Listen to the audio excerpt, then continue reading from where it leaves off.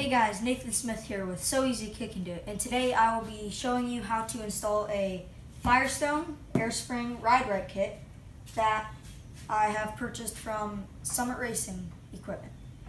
This year is their 50th anniversary, so I got a hat with my order. So the first thing that we're going to do is spread everything out like so. We're going to go through and make sure we have our bags, mounting brackets, and our hardware kit, our airline, and another bracket kit. So now that you have everything, don't forget your instructions, but gotta have those. But so now that we have everything, we're gonna jack up the car, take the wheel off, and see you in the next clip. So the next step is, after we get the vehicle safely jacked up and securely, we have a jack stand and then a jack. This is actually a 2006 Toyota Tundra two-wheel drive. After we get it jacked up securely, we can take our bracket and it goes right up against the rubber snubber stop. And so, trying to say that 3 times fast, it's pretty difficult. But so, it calls for us to drill 4 holes so we can go up and mark them. But before we drill, you can see that there is some lines running here. So we're gonna have to go behind before we drill and make sure that we're not drilling into anything so we don't puncture any electrical lines, brake lines, or anything. So right now, what I'm gonna do, I'm gonna take it and I'm gonna put it right up, make sure it's in. Take my Sharpie and mark it.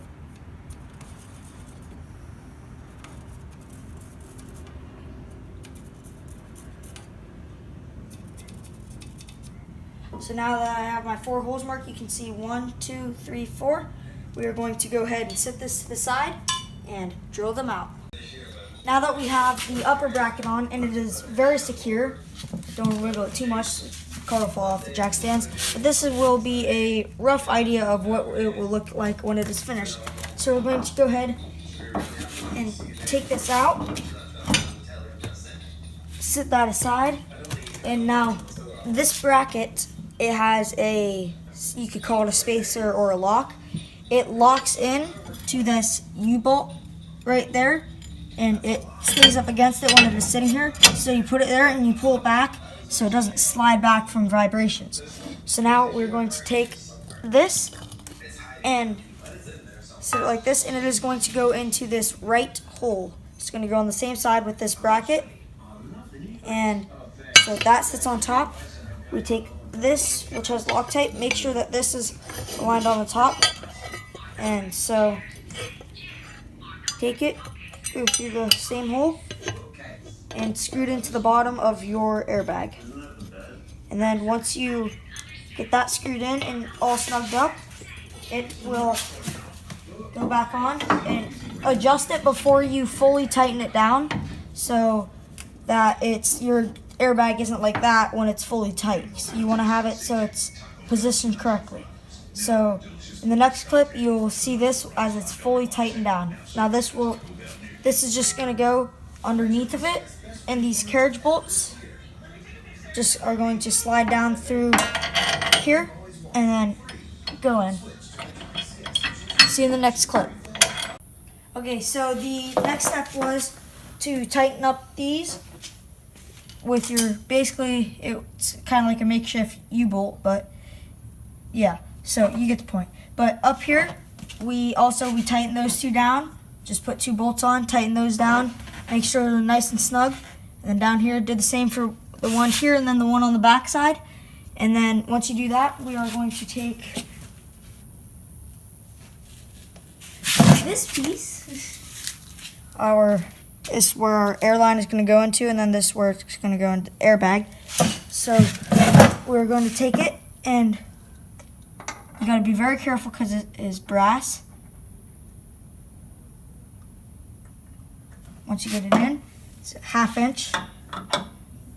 Take it, spin it around. It's got an elbow so you can also go on the top and spin it.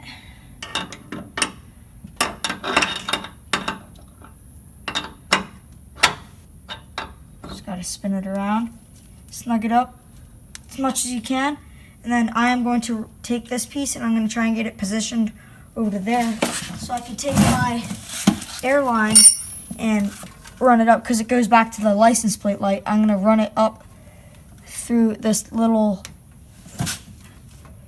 gap right here, and I'm going to try and position it in like that. Position it with it right there. And there's nothing, all you have to do is it just goes in, and then that's it. You don't have to tighten anything down after that. But we just need to get this to be able to turn one more time, and then we will be good.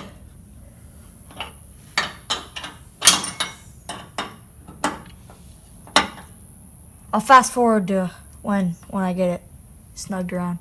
So now that we have the brass fitting where we want it, we can run the airline from the back, and everything has a nice radius or curved edge, whatever you want to say, so it will not cut through the line. This is pretty durable line, but we just want to make sure because of vibrations. So now the next step is just to take your line, push it in, and it just goes right into your fitting. Make sure it all goes in. And once you do that, then that's all you have to do, because this is a special type of brass fitting so for airlines, so you don't have to tighten them down.